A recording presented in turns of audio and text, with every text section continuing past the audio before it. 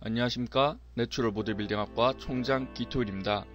앞의 강의에서 우리는 유지 칼로리를 측정하는 방법에 대해서 살펴봤습니다. 유지 칼로리를 측정한 다음 우리가 해야 하는 단계는 바로 탄단지의 비율을 맞추는 것입니다. 이 탄단지를 매크로 뉴트리션이라고 하는데 이를 줄여서 매크로라고 부르고 설명을 이어가겠습니다. 이번 강의에서는 매크로의 기능과 섭취 방법에 대해서 설명할 예정입니다. 매크로를 설정하는 방법에는 크게 두 가지가 있는데요. 첫 번째는 체중에 따라서 매크로를 나누는 방법이고, 두 번째는 칼로리를 퍼센테이지에 나눠서 나누는 방법입니다. 하지만 제가 소개할 방법은 이 두 가지 방법을 한 번에 같이 쓰는 매크로 설정 방법입니다. 그러면 먼저 단백질의 기능과 설정하는 방법에 대해서 살펴보겠습니다. 단백질의 주된 기능은 근육을 생성시키고 회복시키는 것입니다. 그리고 이러한 단백질의 기능 때문에 저는 단백질을 체중에 비례하여 섭취하는 것을 권장합니다. 반면 지방과 탄수화물은 총 칼로리의 퍼센테이지로 설정하는 것을 권합니다. 참고로 단백질은 1g당 4칼로리, 탄수화물도 1g당 4칼로리, 지방은 1g당 9칼로리를 차지합니다. 그러면 단백질은 다이어트 시에 어떻게 먹어야 하나요? 다이어트 시에 우리는 섭취 칼로리는 낮아지고 활동량은 점점 많아집니다. 이러한 상황에서는 우리 몸속에서 더 많은 단백질을 필요로 하는데요. 다이어트 시에 탄수화물과 지방을 절제하면 단백질은 우리가 활동하는 데 있어서 연료로서의 역할을 하게 됩니다. 또한 탄수화물과 지방이 몸 안에서 부족한 상태가 되어 웨이트 트레이닝 시에 탄수화물과 지방이 더 고갈되게 만들어줍니다. 즉, 탄수화물과 지방이 체내에 적을수록 우리의 몸은 단백질을 에너지원으로 소모하게 된다는 이야기입니다. 이것이 다이어트 시에 충분한 단백질 섭취가 필요한 이유입니다. 단백질에 대해서 추가적으로 근육 단백질 파손, 근육 단백질 합성에 대해서 살펴보겠습니다. 단백질 파손이 단백질 합성보다 비율이 높으면 우리가 흔히 말하는 근손실이 일어납니다. 하지만 최근 연구에서는 단백질 파손이 단백질 합성보다 비율이 높으면 근손실이 일어나기보다는 단백질 합성을 잘 못한다고 말합니다. 하지만 중요한 것은 단백질 파손이 일어나면 근육 생성에 부정적인 영향을 미친다는 사실입니다. 그러면 이런 결과를 보고 다음과 같은 질문을 할 수 있을 것입니다. 그러면 단백질 많이 먹으면 근손실 안 나는 거야? 정답은 예입니다. 그러면 얼마 정도의 단백질을 먹어야 하나요? 근손실을 최소화하기 위해서는 단백질을 체중의 1.6에서 2.7배를 먹으라고 권장합니다. 한 연구에서는 단백질을 체중당 2.5배에서 3배까지 먹는 것도 몸에 해롭지 않다고 말하고 있습니다. 또한 2.5배에서 3배의 단백질을 먹은 그룹이 단백질을 덜 먹은 그룹보다 더 많은 포만감을 느끼기도 했습니다. 많은 분들이 오해하는 사실은 단백질의 과다 섭취는 통풍을 일으킨다는 것인데, 이는 단백질이 통풍의 원인이 아니라 간의 기능이 원인이었습니다.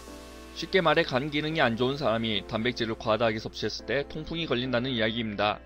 단백질을 섭취하는 방법을 알았으니 지방을 설정하는 방법에 대해서 살펴보겠습니다. 다이어트 시에는 아래서부터 매크로의 섭취, 체중 감소의 비율, 웨이트 트레이닝이 중요합니다. 탄수화물과 지방을 설정하기에 앞서 지방을 먼저 설정하는 것을 추천하는데요. 왜냐하면 설정 방법이 간단하기 때문입니다. 지방은 총 칼로리의 15에서 25%를 섭취하는 것을 권장합니다. 체중 감소나 시합을 준비하시는 분들이라면 지방 섭취량을 낮추셔야 합니다. 지방을 적게 섭취함으로써 탄수화물과 단백질을 더 많이 섭취할 수 있게 되며 그 결과 훈련에서 더 좋은 결과를 만들어낼 수 있기 때문입니다. 하지만 지방의 경우에는 호르몬을 관장하는 요소라 꼭 드셔야 하긴 합니다. 총 칼로리의 15에서 25%라고 설명을 드렸지만 여성의 경우에는 최소 20%를 섭취하는 것을 권장합니다. 이보다 덜 드실 경우에는 생리불순이 일어날 수 있기 때문입니다. 마지막으로 탄수화물에 대해서 살펴볼 것인데요. 탄수화물도 간단합니다. 유지 칼로리에서 단백질과 지방의 양을 뺀 게 탄수화물 섭취량이 됩니다. 그러면 다이어트 시의 매크로를 정리해 보겠습니다. 체중 감소 시에 단백질은 체중의 1.6에서 2.7배, 지방은 총 칼로리에서 15에서 25%, 탄수화물은 나머지 값. 그러면 찌우고 싶으면 매크로를 어떻게 먹어야 하나요? 현재까지 나온 논문에서는 벌크업 시의 단백질 권장량은 체중의 1.6에서 2.2배가 가장 적합하다고 말합니다. 만약 단백질을 먹어서 포만감이 너무 크게 느껴진다면 체중의 0.7배도 괜찮습니다. 하지만 보디빌딩에서 체중 1배의 단백질 섭취는 최소한의 기준치이기에 1배는 드시는 것을 추천합니다. 체중을 늘릴 때는 잉여 칼로리를 축적하는 것이기에 탄수화물과 지방을 생각보다 널널하게 섭취할 수 있습니다. 지방의 경우에는 총 칼로리의 20에서 30%를 권장하고 탄수화물은 마찬가지로 나머지 값을 드시면 됩니다. 만약 여러분들이 지방을 정말 좋아하신다면 최대 40%까지도 가능합니다. 다음은 체중 감소와 체중 증가에 대한 정리표입니다. 체중 감소 시에 단백질은 체중의 1.6배에서 2.7배, 지방은 15에서 25%, 탄수화물은 나머지 값. 체중 증가 시에 단백질은 체중의 1.6배에서 2.2배, 지방은 20에서 30%, 탄수화물은 나머지 값. 자, 그러면 이제는 예시를 들어보겠습니다. A는 체중 70kg, 키는 175cm, 체지방이 18%인 남성입니다. 그리고 이분의 대략적인 유지 칼로리는 2500입니다. A는 다이어트를 목표로 식단 조절을 하려고 하는데요. 그러면 이 유지 칼로리보다 덜 먹어야 할 것입니다. 그래서 A는 유지 칼로리보다 300을 덜 먹기로 했으며 하루에 먹는 총 칼로리를 2200으로 설정합니다. A의 매크로는 위표의 최대치로 계산하겠습니다. 단백질은 70kg 곱하기 2.7배 189g 756칼로리, 지방은 2200의 25%이지 550칼로리 61g, 탄수화물은 2200에서 756과 550을 뺀 894칼로리 223g이 됩니다. 만약 A라는 사람이 체중 증가를 목표로 하고 있다면 유지 칼로리보다 높은 2800을 먹어야 할 것입니다. 그렇다면 그의 체중 증가 목표의 매크로를 설정해 보겠습니다. 단백질은 70kg 곱하기 2.2 154g 616칼로리, 지방은 2800의 30%, 840칼로리 93g, 탄수화물은 2800에서 616과 840을 뺀 1344칼로리 336g이 됩니다. 우리 채널의 1.2%의 여성 구독자분들을 위해서 여성의 식단 구성도 한번 살펴보겠습니다. 이분은 26세 여자이며 163cm에 60kg가 나가는 분입니다. 이분의 대략적인 유지 칼로리는 1800인데요. 다이어트를 위해서 이보다 적은 1600을 먹는다고 가정해봅시다. 단백질은 60kg 곱하기 2.7 162g 648칼로리, 지방은 1600의 25%, 452칼로리 50g, 탄수화물은 1600에서 648과 451을 뺀 500칼로리 125g이 됩니다. 반대로 체중 증가를 목표로 한다면 유지 칼로리인 1800보다 더 많은 2000을 먹는다고 가정해봅시다.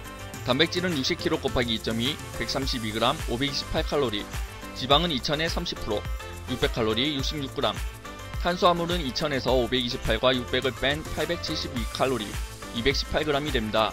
오늘은 식단과 관련해서 키토제닉 다이어트와 간헐적 단식에 대해서도 간단하게 살펴보겠습니다. 이 두 방법은 다이어트 시에 괜찮은 방법입니다. 하지만 만약 여러분들이 파워리프팅을 하며 보디빌딩 선수를 하고 계신다면 이는 정말 멍청한 식단 방법이라고 말씀드리고 싶습니다. 이유는 간단합니다. 저탄고지의 키토제닉 다이어트를 하는 경우에 고함량의 지방을 섭취하니 고탄 저지를 할 때보다 먹을 수 있는 음식의 양이 2분의 1 감소하게 됩니다. 예를 들어서 똑같은 1g의 탄수화물과 지방의 경우 탄수화물은 4칼로리를 차지하고 지방은 9칼로리를 차지합니다. 이는 2배가 넘는 수치인데요. 그러니 다이어트 시에는 배가 고픈 상태인데도 키토제닉을 한다면 허기짐을 더 많이 느끼게 될 것입니다. 또한 탄수화물의 함량이 낮아서 앞서 말한 1순위인 웨이트 트레이닝을 제대로 수행할 수 없게 됩니다. 간헐적 단식도 다이어트의 한 방법으로는 괜찮은 방법일지도 모릅니다. 하지만 만약 여러분들이 몸을 만들고 싶은 분들인데 간헐적 단식을 한다고 말씀한다면 당장 그만두라고 권해드리고 싶습니다. 이유는 명확합니다. 몸을 만들기 위해서는 단백질 합성의 횟수가 중요합니다. 하지만 간헐적 단식은 정해진 시간에 한 번에서 두 번의 단백질 합성을 가지는 반면 정상적인 식사를 한다면 하루에 단백질 합성을 최소 4번을 할 수 있을 것입니다. 한 번의 단백질 합성의 기회와 4번의 단백질 합성의 기회, 현명한 선택을 하시길 바랍니다. 오늘은 식단의 구성 방법에 대해서 살펴봤는데요. 오늘의 강의를 요약해보겠습니다. 체중 감소 시에 단백질은 체중의 1.6배에서 2.7배, 지방은 15에서 25%, 탄수화물은 나머지 값. 체중 증가 시에 단백질은 체중의 1.6배에서 2.2배, 지방은 20에서 30%, 탄수화물은 나머지 값. 키토제닉과 간헐적 단식은 다이어트 시에는 좋을 수 있지만 근육을 만드는 보디빌더에겐 좋지 않다. 키토제닉은 지방이 높은 칼로리 때문에 먹을 수 있는 양이 적다. 그로 인해서 허기짐을 많이 느끼며 웨이트 트레이닝을 효율적으로 할 수 없다. 간헐적 단식의 경우에는 단백질 합성의 기회가 매우 적다. 그로 인해서 근육을 만드는 사람들에게는 적합하지 않다.